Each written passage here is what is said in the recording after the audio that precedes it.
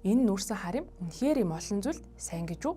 Гэдэс дүрхийг зогсооно, биедэх холестериний хэмжээг зохицуулна, хоол боловсруулах хэрэгтний тогтолцоог сайжруулна, шаардуулахгүй л гин бүрний үйл ажиллагааг хүртэл дэмжинэ гинэ. Бүр цаашлаад ханаад том үг хүртэл идгэж, батага арилгаж, шүд цайруулах эд шидтэй зэрэгээр нүүрсэн харимыг цахим орчинд гээр сурталчилжээ. Тэгвэл хар нүүрсэн юм буюу идэвхжүүлсэн нүүрсийг зөвхөн зарим төрлийн хордлогын үед удаг бөгөөд дэлхийн эрүүл мэндийн байгууллагын хэрэгцээ дэмэн жагсаалтад багтсан байт юм байна.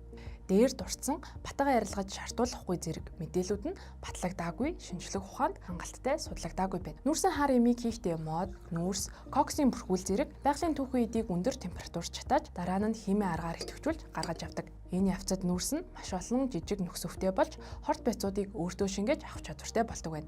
Ингэснээр хордлогын нөлөөг багасгаж хорт байцыг өдөгнөөр гадагшлуулах боломжтой болгодог юм байна. Хордлого авснаа мэдсэн даруйда нүүрсэн хар эмийг яаралтай авахыг эмчнэр зөвлөдөг. Гэхдээ бүх төрлийн хордлогод ашиглахад үр дүнтэй биш. Голчлон эмийн хордлого, хортой ургамал, химийн моцийн хордлогын үед хэрэглэхийг зөвлөдөг байна. Харин олон төрлийн эмчилгээний зорилгоор өдөр тутам хэрэглэх нь үр дүнгүй, зарим тохиолдолд хор үнэлтэд байж болзошгүйг та санаарай. Монголын баримт чалгах төвийг дагаж их сурвалжаар баталгаажсан бодит мэдээллүүдийг авч байгаарай. Эрүүл мэндийн аливаа мэдээлэлд саруулах ухаанаар ирсэн онцгой. Баталгаатай мэдээллийг дэмжигч Монс хүнс, хамтрагч технологийн тэргүүлэгч Мета.